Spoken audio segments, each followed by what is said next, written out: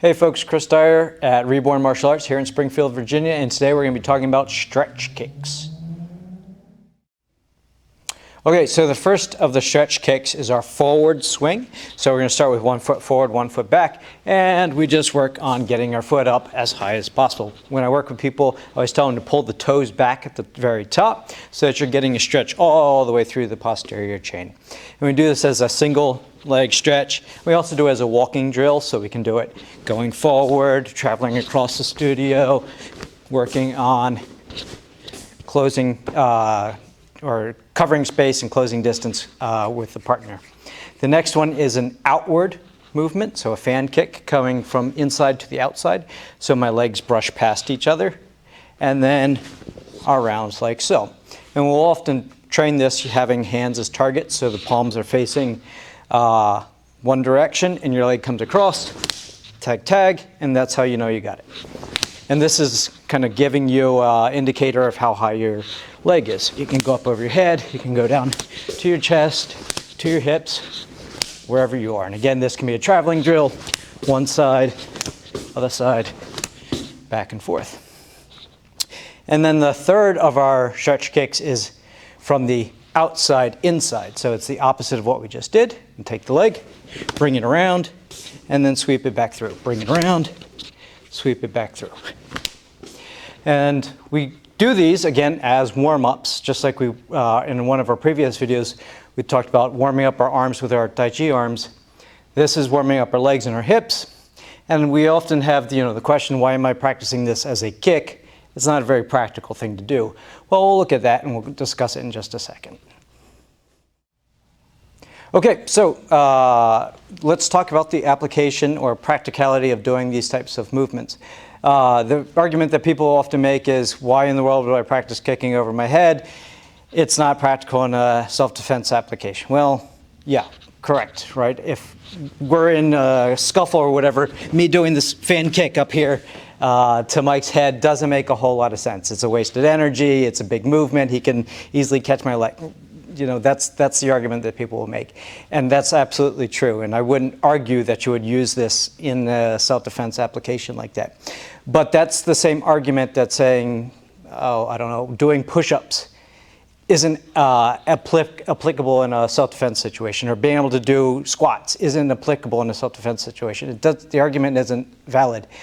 It's about training and it's about fitness. And if you don't have the flexibility, the leg strength, the control to be able to get your leg up, there's no way that you're going to be able to have any sort of level of fitness that you need to defend yourself, right?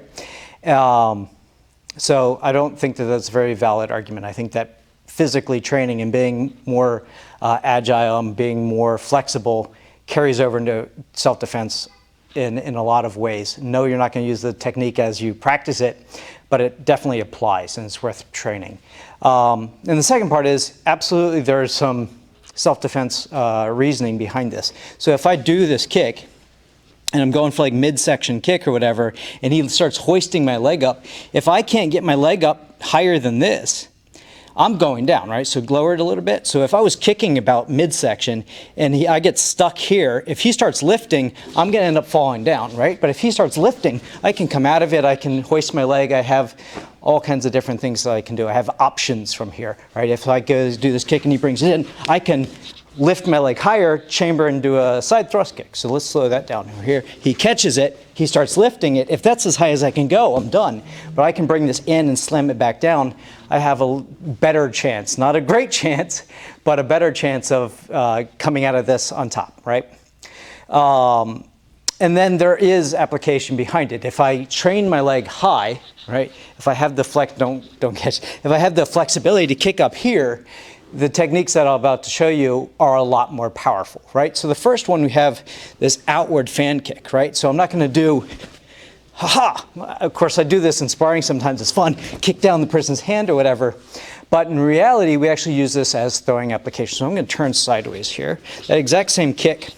So if I get Mike over here to the side, I'm here and I'm doing this chopping motion to the leg. So a lot of you guys will recognize this.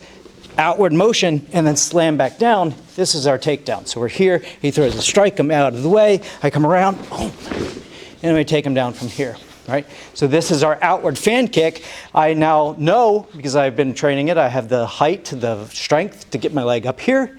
So doing it low is a lot more powerful. And then we have this in reverse, where over here, if he comes forward, I move out the way and I redirect this. Here's my inward kick. I'm taking the leg out this direction.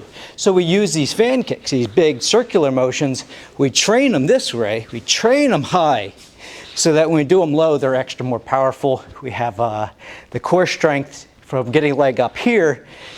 It's going to be a lot more powerful when we go lower. So that's a definitely advantageous way of practicing getting the leg up high. We have balance, we have coordination, we have stronger hips, we have stronger ab muscles, and then we use them in application, they're more powerful.